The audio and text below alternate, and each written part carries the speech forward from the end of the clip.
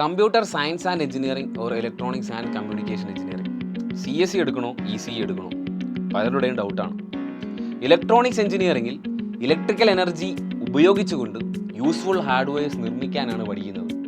Calculator, digital watches, phones, remote, PC, laptops ഇതിൻ്റെയൊക്കെ സർക്യൂട്ട്സും ചിപ്സും ഒക്കെ design ചെയ്യാനാകും അവിടെ പഠിക്കുക. കമ്മ്യൂണിക്കേഷൻ എഞ്ചിനീയറിംഗിൽ 2 devices like satellites, telephones, radar, navigation, remotes etcetera ഈ ഡിവൈസസ് ഒക്കെ എങ്ങനെയാണ് കമ്മ്യൂണിക്കേറ്റ് ചെയ്യുന്നത്, അതിൻ്റെ വർക്കിംഗ് മെത്തഡോളജീസ്, ഡിസൈൻ ഒക്കെ അവിടെ പഠിക്കും. ഇനി CSE നോക്കാം. കമ്പ്യൂട്ടർ സയൻസിൽ സോഫ്റ്റ്വെയർ എങ്ങനെ ഡെവലപ്പ് ചെയ്തെടുക്കാം എന്നായിരിക്കും പഠിക്കുക. അതിനാവശ്യമുള്ള algorithms, computing foundations, programming languages ഒക്കെ അവിടെ പഠിക്കും.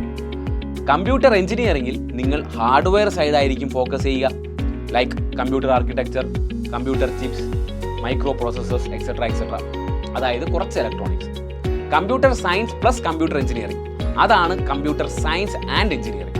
CSE പഠിക്കണോ ECE പഠിക്കണോ ഇനി നിങ്ങൾ തീരുമാനിക്കുക. ഇതുപോലുള്ള കൂടുതൽ ഡൗട്ട്സ് ക്ലിയർ ചെയ്യാനായി നമ്മുടെ വാട്സാപ്പ് ഗ്രൂപ്പിൽ ജോയിൻ ചെയ്യുക. All the best.